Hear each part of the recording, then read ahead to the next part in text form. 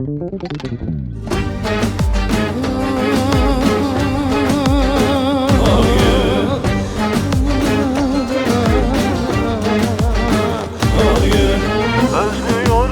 özlemem mi?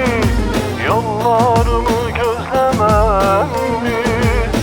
Geleceksen dön sevdiğim, kavuşmayı istemem mi?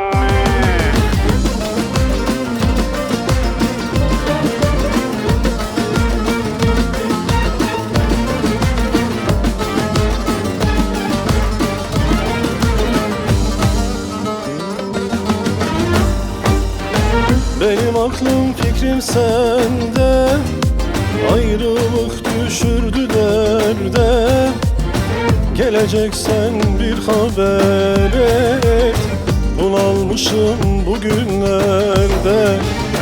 Benim aklım fikrim sende, ayrılık düşürdü derde. Geleceksen bir haber et, bunalmışım bugünlerde. Özlüyorum, özlemem mi? Yollarını gözlemem mi? Geleceksen dön sevdiğim, kavuşmayı istemem mi? Özlüyorum, özlemem mi? Yollarını gözlemem mi? Geleceksen dön sevdiğim, kavuşmayı istemem mi?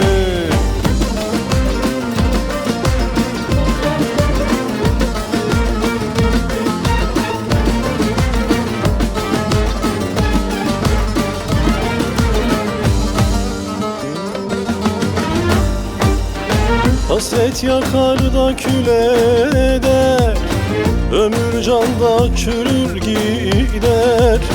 Takat kalmaz kalp yaralı, yokluğun perişan eder.